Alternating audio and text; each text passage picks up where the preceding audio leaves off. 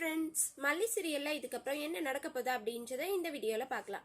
இப்போ ஒரு நல்ல விஷயம் தாங்க, ஆனால் எபிசோட்ல தான் தெரிய போகுது அது நல்ல விஷயமா இல்லை திரும்பவும் நம்ம வெண்பா மாட்டிக்கிட்டாங்களா அந்த ரவுடி கிட்ட அப்படின்னு சொல்லிட்டு. ஆமாங்க, இப்போ ஹாஸ்பிட்டலில் அந்த பெட்ல படுத்துட்டு இருந்த வெண்பா வந்து கண்ணு முழிச்சிடுறாங்க. கண்ணு முழிக்கிறது மட்டும் இல்லாமல் அந்த லேடி நர்ஸ் இருக்காங்க இல்லைங்களா, அவங்களுக்கு வந்து ஆல்ரெடி சந்தேகம், வெண்பா வந்ததுல இருந்தே சந்தேகம். அந்த ரெண்டு பேரையும் பார்த்தா ரவுடிங்க மாதிரியே இருக்காங்க, அவங்களுடைய வெண்பாவுடைய ரிலேட்டிவ் மாதிரி இல்லை.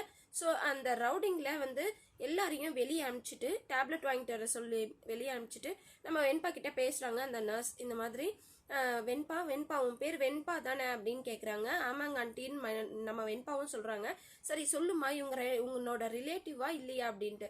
அவங்க என்னோட ரிலேட்டிவ் இல்லை ஆண்டி அப்படின்றாங்க. அப்போ சொல்லு, உன்னை கடத்திட்டு வந்து தான் இங்கே வச்சுருக்காங்களா அப்படின்னு பேசிகிட்டே இருக்காங்க.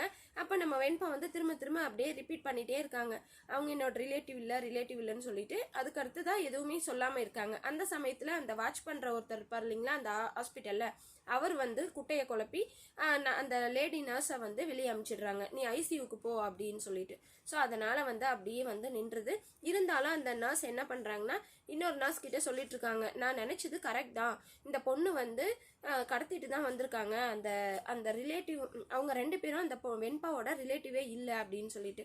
உடனே வந்து பார்த்தீங்கன்னா இதை கண்டிப்பாக நான் போலீஸ்கிட்ட இன்ஃபார்ம் பண்ணுவேன் அப்படின்னு சொல்கிறாங்க.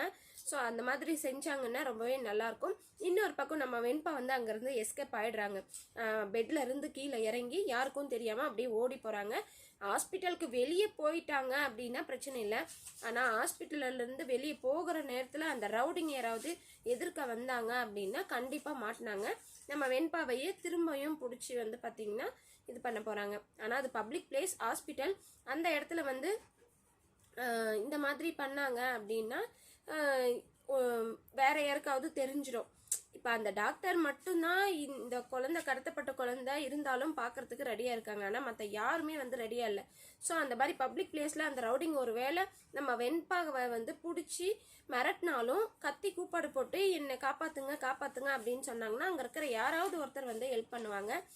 அந்த மாதிரி நடக்கும் சான்சஸ் இருக்குது. ஸோ இன்னொரு பக்கம் வந்து பார்த்தீங்கன்னா இந்த நிஷா கிட்ட ராஜி பேசிகிட்டு இருக்காங்க, இவ வந்து கன்சீவாக இருக்கிற விஷயம் மட்டும் விஜய்க்கு தெரிஞ்சதுன்னா கண்டிப்பாக வீட்டை விட்டு இப்போவே வெளியே துரத்திடுவான் அப்படின்னு சொல்லிட்டு. அதுக்கு நிஷா ஒரு ஐடியா கொடுக்குறாங்க, கன்சீவாக இருக்காங்க அப்படின்னா கண்டிப்பாக ஏதாவது ஒரு ஸ்கேன் பண்ணியிருப்பாங்க, அந்த ஸ்கேன் ரிப்போர்ட்டை விஜய் மாமா பார்க்குற மாதிரி பண்ணிவிட்டு அதுக்கப்புறம் பிரச்சனையே இல்லை அப்படின்னு சொல்லிட்டு நிஷா ஐடியா கொடுக்க, உடனே ராஜி வந்து சரி நான் தேடி பார்க்குறேன்னு சொல்லிட்டு மல்லியோட பீரோவை தேடி பார்த்துட்டு இருக்காங்க திருட்டுத்தனமாக.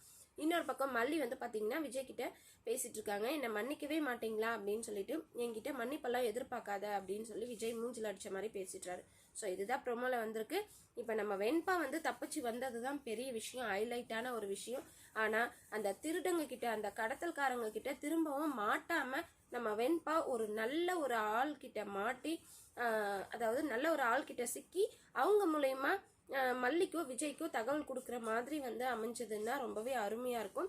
வெயிட் பண்ணி பார்க்கலாம் என்ன நடக்க போகுதுன்னு சொல்லிட்டு. இந்த வீடியோ உங்களுக்கு பிடிச்சிருந்தா லைக் பண்ணுங்கள், ஷேர் பண்ணுங்கள், சப்ஸ்கிரைப் பண்ணிக்கோங்க. ஓகே ஃப்ரெண்ட்ஸ், பாய்.